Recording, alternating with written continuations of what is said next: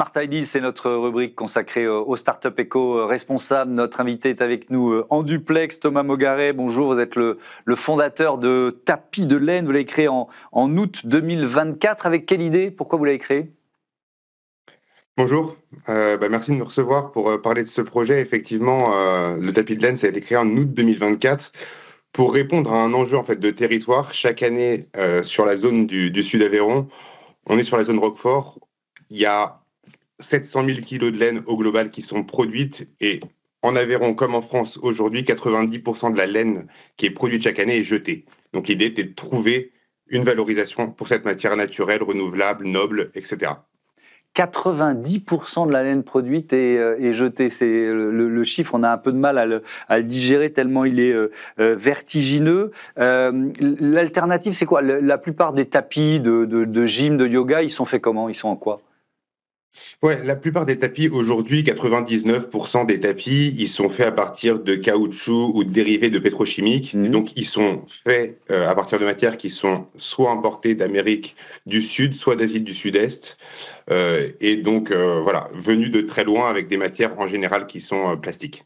Et donc, vous les remplacez par des tapis à base de laine. Alors, il y a le double avantage. Il y a déjà récupérer une matière qui était jetée et puis ensuite trouver une alternative à la pétrochimie. Mais alors, est-ce qu'ils sont aussi agréables, efficaces, durables que les tapis classiques? Non, exactement. Parce que le constat que vous dites qui est aberrant, donc 90% de la laine est jetée, il en demeure pas moins que la laine, aujourd'hui, ça reste une matière qui a énormément de qualité. En l'occurrence, pour le yoga, nous, on a une laine qui est reconnue historiquement pour son rebond. Elle était utilisée en literie. Donc, elle apporte un confort vraiment singulier par rapport à tout ce qu'on va pouvoir retrouver pour les articulations, par rapport à tout ce qu'on va pouvoir retrouver sur le reste du marché. C'est sa qualité première techniquement pour le yoga. Il se trouve que c'est une matière qui est thermorégulatrice, donc elle va aussi venir en été apporter de la fraîcheur, en hiver apporter une chaleur au niveau du sol. C'est une matière qui gère extrêmement bien l'humidité, donc très intéressante en cas un peu de transpiration sur les sports. Voilà des qualités qui peuvent être mises en avant pour le yoga. Mais alors, est-ce qu'ils vont tenir aussi longtemps qu'un tapis en PVC?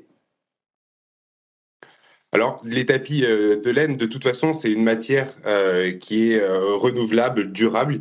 Ils sont faits pour tenir comme un tapis lambda, pour être très transparent. Pour l'instant, nous, on a été créé en 2024. Je n'ai pas l'historique. Ah oui, c'est un peu trop tôt pour nous dire s'ils durent aussi longtemps, je suis d'accord. Voilà, je n'ai pas l'historique pour vous dire exactement combien de temps il va durer, mais il n'y a pas de raison que ça ne le soit pas.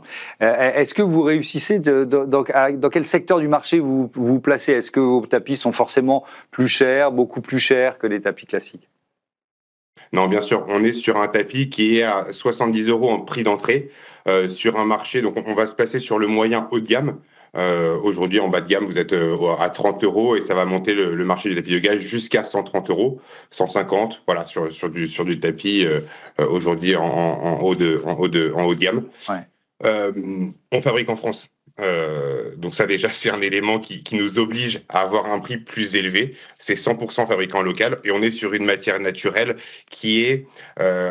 même si aujourd'hui elle est jetée, elle nécessite pour être utilisée d'être lavée et d'être transformée. Et il se trouve qu'une matière naturelle comme la laine demande beaucoup plus de travail qu'un plastique synthétique. D'où le prix à l'arrivée qui est un peu plus élevé. Qui sont vos clients? Est-ce que ce sont des sportifs ou des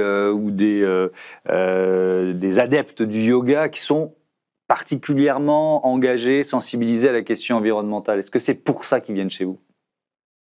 Je pense que naturellement, dans la pratique du yoga, il y a cette volonté d'être en lien avec la nature. Il y a quelque chose une compatibilité naturelle entre le yoga et le produit qu'on propose.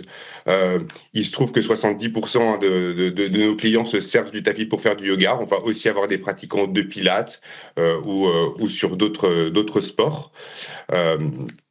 Ce qui était aussi une bonne nouvelle, si vous voulez, par exemple en termes de clientèle, il se trouve qu'on se positionne à peu près à 25%, on va dire, si on coupait en 4 quartiles sur l'échelle des revenus nos clients, on en a sur les 4 quartiles de manière assez équivalente. Voilà, on a essayé de se positionner comme un produit au regard de la qualité du produit qu'on propose, abordable. Et pour l'instant, c'est un pari qui semble bien fonctionner. Merci beaucoup Thomas Mogaret et bon vent à vos tapis de laine. Voilà, c'est la fin de ce Smart Impact. Merci à toutes et à tous de votre fidélité à Be Smart for Change. Je vous dis à demain.